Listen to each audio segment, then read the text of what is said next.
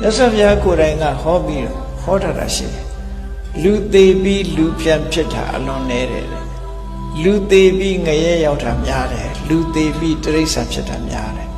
လူသေးပြီးပြိတ္တဘဝရောက်သွားတာများတယ်သူဆိုတယ်နော်လူသေးပြီးတိရစ္ဆာန်ဖြစ်သွားတော့အပယ်လေးပုံရောက်သွားတာတွေကပုံများတယ်သူဟောတာအဲ့တော့30ပုံတရားတွေဟာကျင်လဲနေတယ်ထင်တယ်အရေးအတွက်အားဖြင့်ပြောမယ်ဆိုရင်လူပုံရောက်တဲ့တရားနည်းတယ်မြတ်စွာဘုရားသခင်ကိုရောမြတ်ကတာလစ်စိတ်ကလဆိုတော့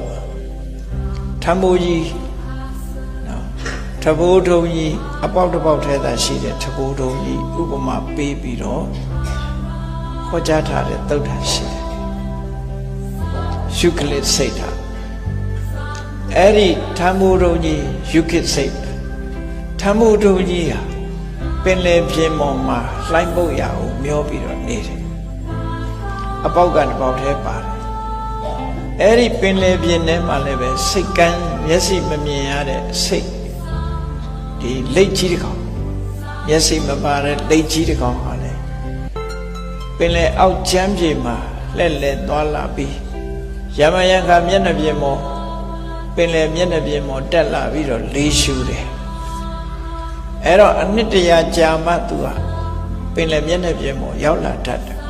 အဲ့ဒီလက်ကမ်းကြီးတစ်ကောင်အနှစ်တရာကြာမှပင်လယ်ပြင်ကိုတက်လာတဲ့အချိန်အပေါက်တစ်ပေါက်သာပါတဲ့ထဘိုးတုံးကြီးကလည်းမျောချင်ရမျောနေတဲ့အချိန်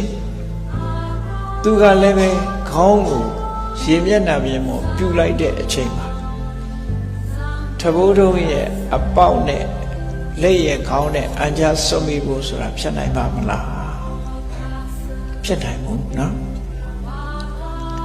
အလုံးကိုဖြစ်ခဲတယ်လို့ပြောအလုံးဖြစ်ခဲတယ်အဲ့ဒီတဲ့တောင်လူဖြစ်ဖို့ကခဲနေလို့မြတ်စွာဘုရားဟောတာ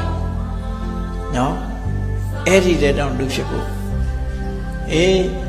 စာထဲမှာမပါဘဲပြောကြတာရှိတယ်ဗြဟ္မပြေကအတ္တဇင်လူပြေကအတ္တဇင်ချလိုက်အဖျားခြင်းသာထိမယ်ဆိုတာစာထဲတော့မပါခုနကတော့ဘုရားဟောတာနော်ဘုရားဟောတဲ့အကြောင်းအဲ့တော့လူဘဝဆိုတာလူဖြစ်ဖို့မတမခဲနေခဲတော့လေလူဘဝဟာတန်ဖိုးရှိတဲ့ဘဝသိချတယ်အဲ့ဒါကြောင့်မို့လို့လူဘဝဘုန်းကြီးတို့တွေရလာပြီဘာလုံးရမလဲအခုလိုတန်ဖိုးရှိတဲ့လူဘဝရလာတဲ့အခါရတဲ့အနှစ်သာရတွေကဘာတွေလဲ